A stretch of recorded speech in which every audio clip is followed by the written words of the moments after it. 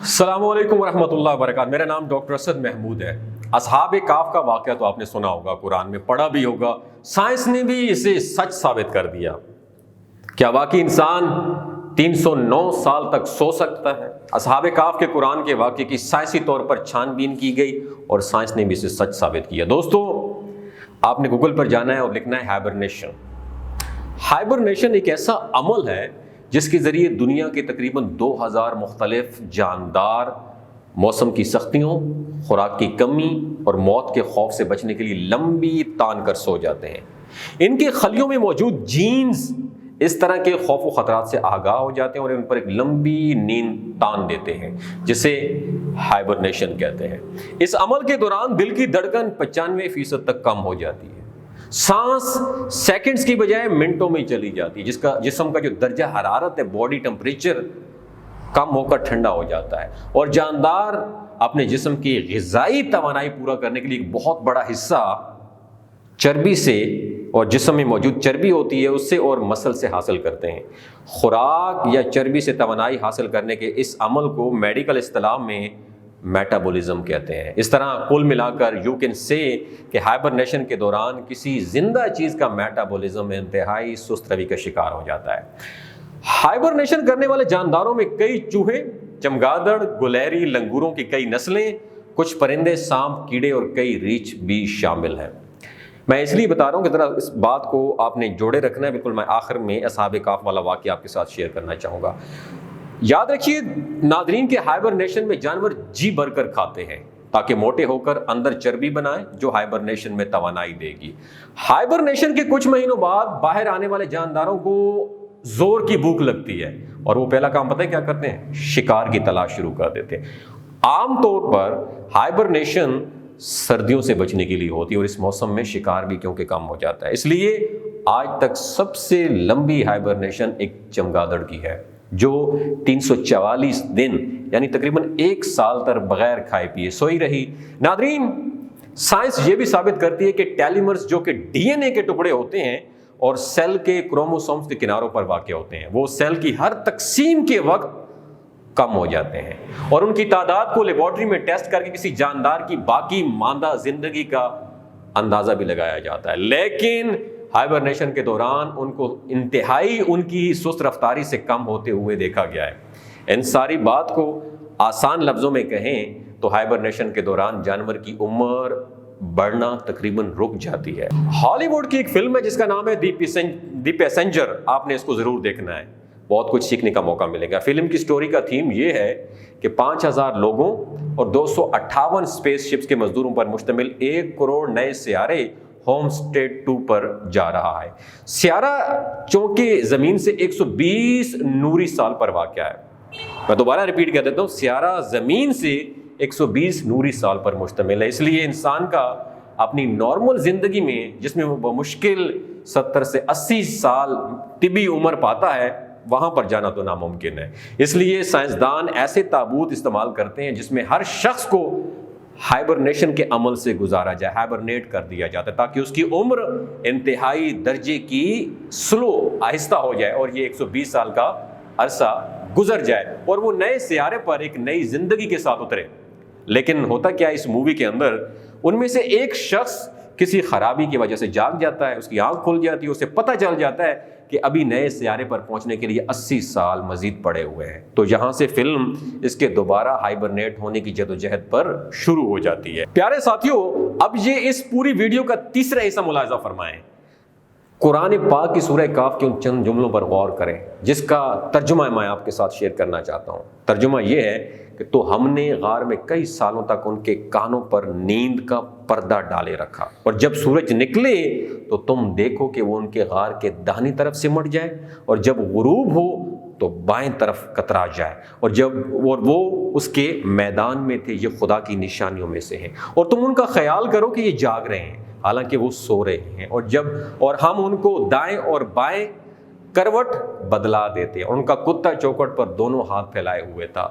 اگر تم ان کو جھانک کر دیکھتے تو پیٹ پھیر کر بھاگ جاتے اور دہشت میں آ جاتے، اور اس طرح ہم نے انہیں اٹھایا کہ آپس میں ایک دوسرے سے دریافت کریں۔ ایک کہنے والے نے کہا کہ تم یہاں کتنی مدت رہے؟ انہوں نے کہا کہ 1 دن یا اس سے بھی کم. انہوں نے کہا جتنی مدت تم رہے ہو تمہارا پروردگار اس کو خوب جانتا ہے.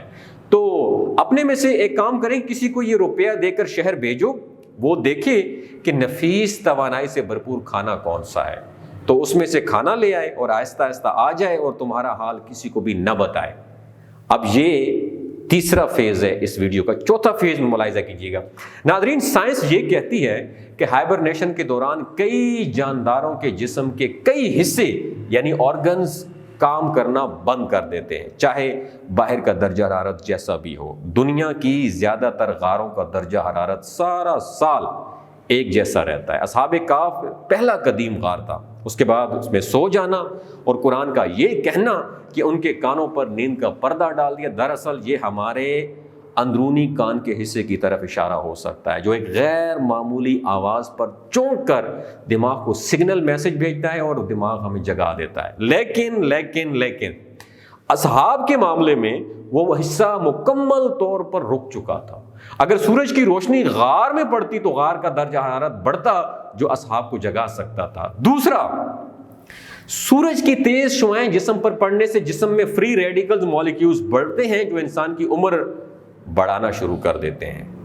لیکن قرآن کا یہ کہنا کہ طلوع غروب کے وقت سورج غار کے سامنے نہ ہو کہانی کو بڑے دلچسپ مرحلے میں لے کے جا رہا ہے.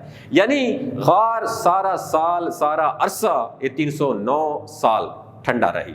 دوستو, سائنس بھی یہ مانتی ہے کہ سویا ہوا شخص اگر زیادہ دیر تک کروٹ نہ بدلے تو بلڈ سرکولیشن, خون کا بہاؤ رکنے اور پریشر کی وجہ سے جسم پر بڑے بڑے زخموں کی بیماری پڑ سکتی ہے جسے پریشر ارسر بیڈ سور بھی کہتے ہیں. لیکن قرآن کہتا ہے کہ اصحاب کی کروٹ باقاعدہ بدلائی جاتی ہے, چنانچہ وہ اس بیماری سے بھی محفوظ رہے. اب سائنس یہ کہتی ہے اگر آنکھیں زیادہ دیر تک بند رہیں تو آنکھوں کے نرم آپٹک کو نقصان پہنچا کر اندھا کر سکتی ہیں, اور اگر زیادہ دیر تک آنکھیں کھلی رہیں تو آنکھ کے اندر کارنیا ہوتا ہے اس کو نقصان پہنچائیں گی. یعنی زیادہ دیر تک آنکھیں کھلی رکھنے یا بند رکھنے سے نقصان ہو سکتا ہے.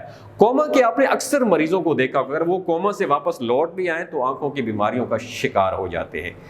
دوستو, اب ظاہری سی بات ہے کہ اتنا لمبا عرصہ سونے کے لیے آنکھوں کا باقاعدہ وقفے سے چبکتے رہنا ضروری ہے, بلنکنگ کرنا بہت ضروری تاکہ نظر ضائع ہونے سے بچ جائے. قرآن کہتا ہے کہ تم انہیں دیکھو تو سمجھ جاؤ کہ وہ جاگ رہے ہیں, مطلب آنکھیں چبک رہی ہیں کیونکہ وہ سو رہی ہیں, اور مارے دہشت کے پیٹ پھیر کر تم بھاگ جاؤ. ظاہر ہے کہ آپ کسی کو ایسے سوئے ہوئے دیکھیں گے جو آواز بھی نہ سن رہا ہو اور آنکھیں بھی چبکا رہا ہو تو آپ بھی بھاگ جائیں گے, ہے نا ایسا ہی. لیکن سائنس کہتی ہے کہ ہائبرنیشن میں بھی ایک جاندار اپنے جسم کی انرجی کا بڑا حصہ استعمال کر لیتا ہے اور باہر آتے ہی وہ شکار شروع کر دیتا ہے. قرآن کہتا ہے کہ جیسے ہی وہ اٹھے 309 سال بعد ایک نے کہا باہر سے بہترین کھانا لے کر آؤ. ناظرین, ان سب نکات سے یہی ثابت ہوتا ہے کہ اصحاب کہف ہیومن ہائبرنیشن کی وہ ٹیکنالوجی استعمال کر چکے تھے جو فلم دی پیسنجر میں دکھائی گئی ہے. اب ایسا کیسے ممکن ہوا؟ انہوں نے کوئی پھل یا جڑی بوٹی کھائی یا کسی ایسے جانور سے کوئی چیز ان کی باڈی میں ٹرانسفر ہوئی جو غار میں ہائبرنیٹ کر رہا تھا, اللہ ہی بہتر جانتا ہے. لیکن قرآن کی صورت کے ان چند جملوں کو پرکھنے کے لیے میں ناسا اور دوسرے اداروں کو دعوت دیتا ہوں جو ہائبرنیشن کو خلا میں جانے کے لیے اور کئی مریضوں کو علاج کرنے کے لیے استعمال کرنے پر ریسرچ کر رہے ہیں. آئیں اور غور کریں اور دیکھیں ایسی کیا وجہ ہے کہ اصحاب کہف 309 سال اتنا عرصہ کیسے سوئے رہے, اور اگر 300 شمسی سال کو گوگل میں لکھ کر قمری سال میں کنورٹ کریں تو 309 سال بنتے ہیں. قرآن کہتا ہے کہ اور اصحاب کہف اپنے غار میں 9 اوپر 3 سال رہے, یعنی 309 سال رہے. ناظرین, سبحان اللہ, کیا کیلکولیشن ہے, کیا اعداد و شمار اور کیا وزڈم پوشیدہ ہے میرے رب کی حکمت میں. یہ چند نوجوان تھے, باقی پوری سلطنت گمراہ اور بادشاہ ظالم تھا جو انہیں پتھر مار مار کر مارنا چاہتے تھے. لیکن جب ان نوجوانوں نے اللہ پر توکل اور بھروسہ کیا تو انہوں نے ان کے لیے راہ نکالی اور ہمارے لیے اس میں ایک سبق چھوڑ دیا. ترکی کا ایک شہر ہے ٹوسس, اس میں ایک غار موجود ہے جسے اصحاب کہف کی غار مانا جاتا ہے.